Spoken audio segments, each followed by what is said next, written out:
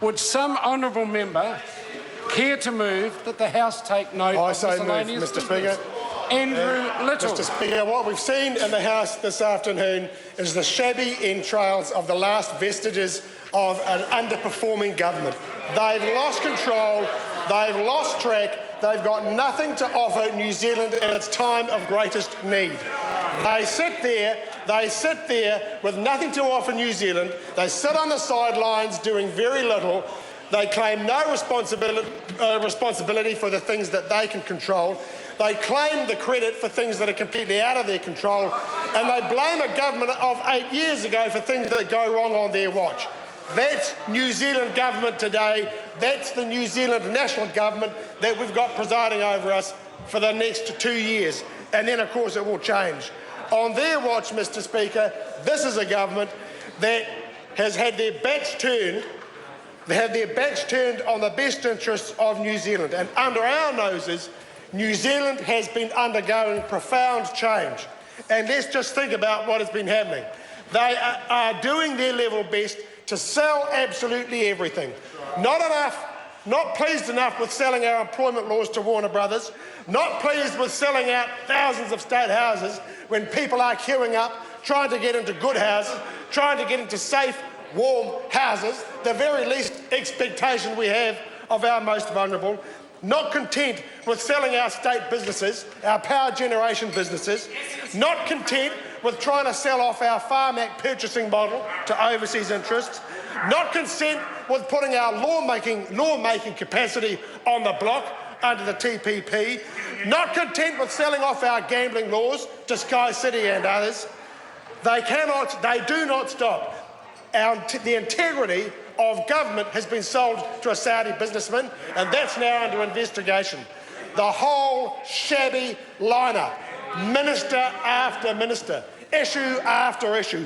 This is the national government 2008 to 2017, and then it will come to an end.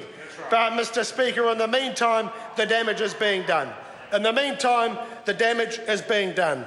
This government is also presiding over an ever-growing sale of our productive base, our productive land assets and our productive industries, selling them overseas. The government's inattention, this government's inattention, and so many New Zealanders are feeling it now. Not just those in Taranaki, not just the rising number of unemployed in Taranaki, not just the rising number of businesses who are struggling to get ahead because of this government's inattention. We have a slowing economy. Seven regions now reporting shrinkage in their economic growth, and let's just see what happens in the next quarter. We have out-of-control house prices in Auckland and a government that will just do nothing about it. Just do nothing. And thousands of Aucklanders shut out of the opportunity to own their own home. The one thing that we promise New Zealanders, those who newly arrive here, those who grow up here, is that they work hard, they save hard, they'll have a chance to own their own home. Well, that's out of touch because of this government's inattention and lackadaisical approach. A growing number of jobless across New Zealand, growing poverty in New Zealand, and they say $25 a week to a selected few from 1 April next year is going to make the difference. It won't. They don't care. They treat New Zealanders, they treat a growing number of New Zealanders as if they just don't matter. And we have a growing number of businesses who just want to get ahead and cannot do so. More red tape imposed by this government, more hurdles to leap, and they just don't care. If this government stands for one thing, it is a failure to stand up for the future. A future that New Zealanders are desperate to hear about and know about and hope for. Well, they are not delivering, and they cannot deliver because this is a sideline government. They stand on the sidelines and hope for the best. They stand on the sidelines and hope for the best. But what's worse, Mr. Speaker, there's a new characteristic emerged from this government, and it is so far adrift of the New Zealand characteristic. This government no longer represents a sense of compassion, a sense of conscience, a sense of moral responsibility. They've lost their way.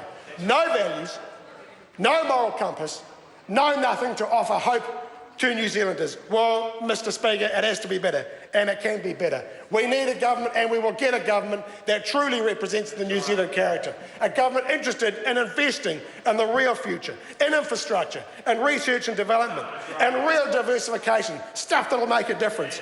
But most of all, a sense of hope and conscientiousness and compassion for all New Zealanders and for our reputation abroad. New Zealanders deserve nothing less.